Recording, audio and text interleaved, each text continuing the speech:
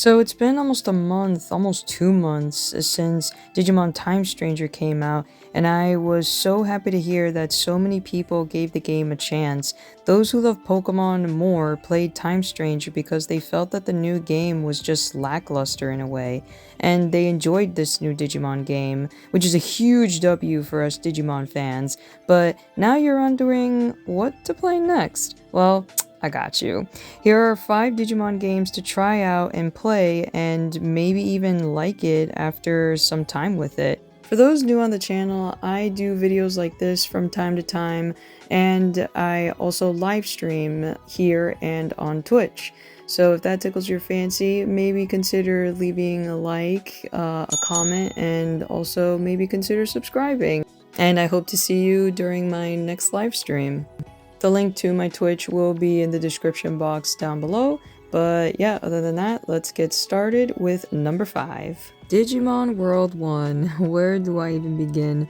This is the first Digimon game to come out in North America for the PS1, and it is loved and hated by many, but there are so many people that speedrun this game too, from the 50 prosperity to 100 prosperity, even play bingo with this game.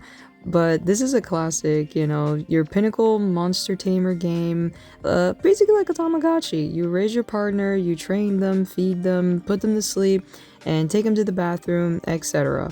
But you can also train them in the gym to get stronger and fight other monsters to recruit back to File City. Honestly, I loved how lively the city becomes as you recruit more and more Digimon back into the city. The battling can be rewarding when your monster can beat the stronger Digimon to either get back to the city or to learn specific moves and get other goodies also. But the main reason why this game gets a lot of hate is because of the training to get certain evolutions that you want for your Digimon. But if you don't watch your stats or your discipline or watch the care mistakes, the game punishes you by either sending your Digimon to the Shadow Realm or you get a Numamon or Sukamon. Horrible Digimon with garbage stats. But other than that, many come back to this game due to the nostalgia or to just try it out. I do recommend Digimon World Vice City or the Mason mod. It is the definitive way to play World 1 as it fixes many things that's wrong with the original. At number 4, we have Digimon Digital Card Battle. If you like TCG, then I recommend Digital Card Battle. It's basically a spin-off to Digimon World 1 and 2. Pokemon already had its formula, and Bandai was still experimenting with the Digimon games. Mameo, or Analog Youth as he's also called as, returns as he wants to be a Digimon card master now. You go from area to different areas to fight and collect cards along the way. You pick your starter card and the card levels up in the game, and after upgrades and many other things that you can do to the card, your starter becomes OP at the end. This sadly does not teach you how to play the original card game, but I mean, who even plays the original card game anymore? There's a new kid on the block, and that is the current TCG. Even for its own TCG, it can be fun to play and learn the mechanics and the rules of the game.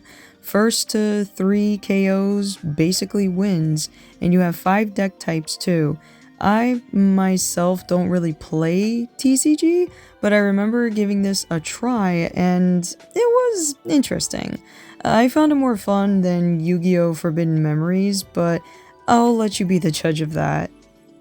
And at number 3 is Digimon Adventure on the PSP. This game is basically a retelling of the original anime series and has music from the anime like Butterfly and the evolution theme Braveheart. It also has the voice actors from the original anime too. The graphics may not be the best, but at the time the cel shade look was pretty cool, and it was an awesome way to show off the capabilities of the PSP. It's like the later games where you have 3 Digimon and it's a turn-based style RPG. There's even side quests too to add more charm to the characters that we all know and love. And if you don't have time to rewatch the anime, then I highly recommend this title. In 2018, the fans made an English patch for the PSP emulator to make it easier to play. And you know what? It's a real shame that we never got this in the States. I would have loved to play this game on the PSP back in the day. And for number 2, it's a title that I was not expecting to put this high up on the list, and that is Digimon Survive.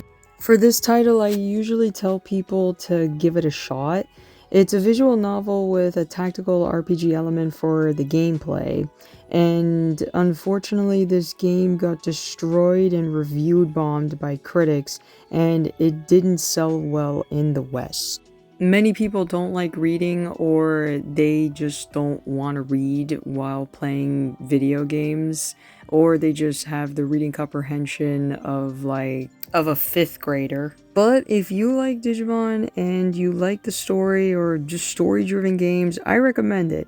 I myself don't like tactic RPGs, but I really enjoyed the story due to the fact that all the characters can be saved or they can all die, and it has a lot of horror elements too. This is basically like Digimon Tamers of the Digimon games with how dark it can really get. So that means you will get attached to the characters and try to save them in any way that you can. I doubt that we'll ever get another game like this, but if Bandai decides to do another tactic style RPG, maybe a Digimon Survive 2 or something, I would give it a shot. But before we get to number 1, here are some honorable mentions. Digimon World 3, Rumble Arena 2, Digimon World Dawn and Dusk, Redigitize, Next Order, and Hacker's Memory. Okie dokie, so now that we got all that out of the way, here is my number 1 Digimon game that I recommend to y'all. Digimon Story Cyber Sleuth is my number 1 Digimon game that I highly recommend. This game returns with your 3 Digimon party to control and the scan mechanic that began in the DS games. It's a turn-based JRPG that started the story franchise. It's heavily story-based, kind of like Persona, with a lot of character development along the way. This game was so critically acclaimed that it reignited the flame and the love for Digimon in America. There are 240 Digimon to collect in this game. There are also side quests to keep you busy, and this also introduced the Digifarm to new players, as it was a thing in the original Digimon World DS. I will say, it is grindy, and the ability and the cam will drive you crazy to get certain Digivolutions. That in its own is its own little grind fest, but the target audience was Digimon fans, and it most certainly delivered. This game and Hacker's Memory are always on sale, so I highly recommend getting it when the game goes on sale. You can get it on Steam, you can get it on the Switch, or on the PlayStation, whichever you prefer. So yeah guys, there you have it. That was my list for my top Digimon games for y'all to try out, and I hope you enjoyed watching the video. Once again, please leave a like and a comment. It really helps me out in the algorithm sense. And if you enjoy content like this, or even gaming streams that I normally do here and on Twitch, feel free to subscribe to the channel and also follow me over on Twitch. The link will be in the description box below. But other than that, I would love to hear your thoughts. What are your favorite Digimon games? And I will catch y'all either in the next live stream or in the next video. Take care and bye-bye!